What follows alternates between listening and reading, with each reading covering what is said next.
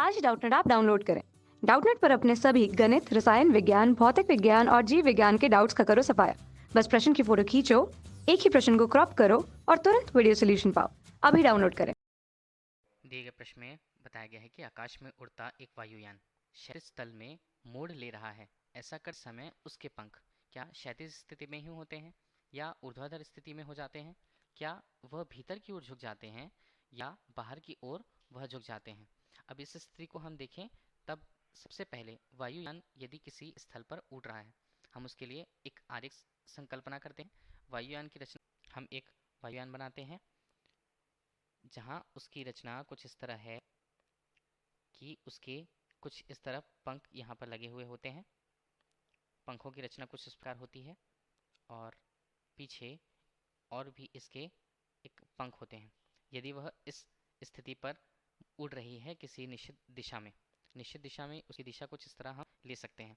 अब चूंकि वायुयान इस दिशा पर एक निश्चित वेग v से गतिमान है, तब उसके गति का जड़त्व केवल उसी दिशा में होगा।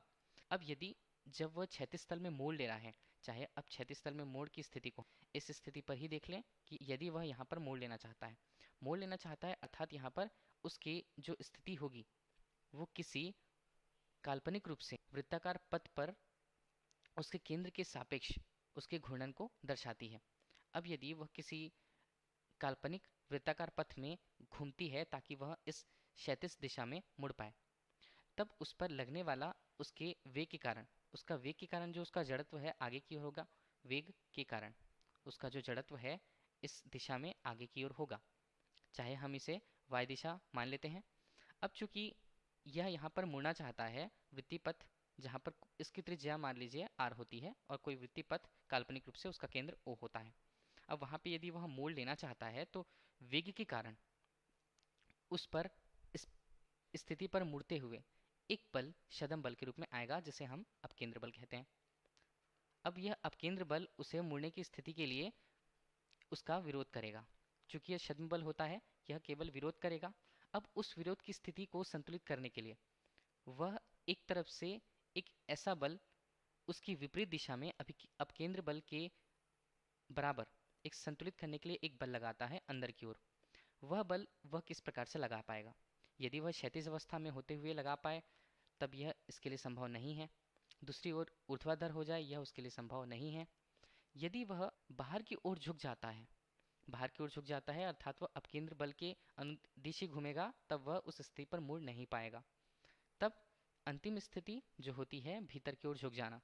यदि वायुयान भीतर की ओर झुक जाए, इस ओर पर वो झुकने की कोशिश करे, तब वह अपकेंद्र बल के अनुसार उसके बराबर एक विपरीत बल लगाएगा, जो उसे इस दिशा में अपकेंद्र बल को हटाने तथा इस दिशा में मुड़ने के लिए एक बल प्रदान करेगा।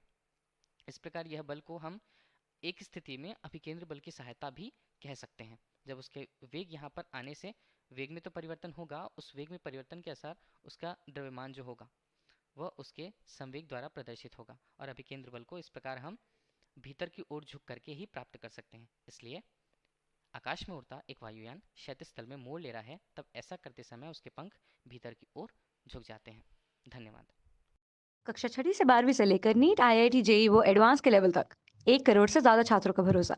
आज ही डाउनलोड करें डाउटनेट ऐप या व्हाट्सएप करें अपने सारे डाउट्स 8400 400 400 पर।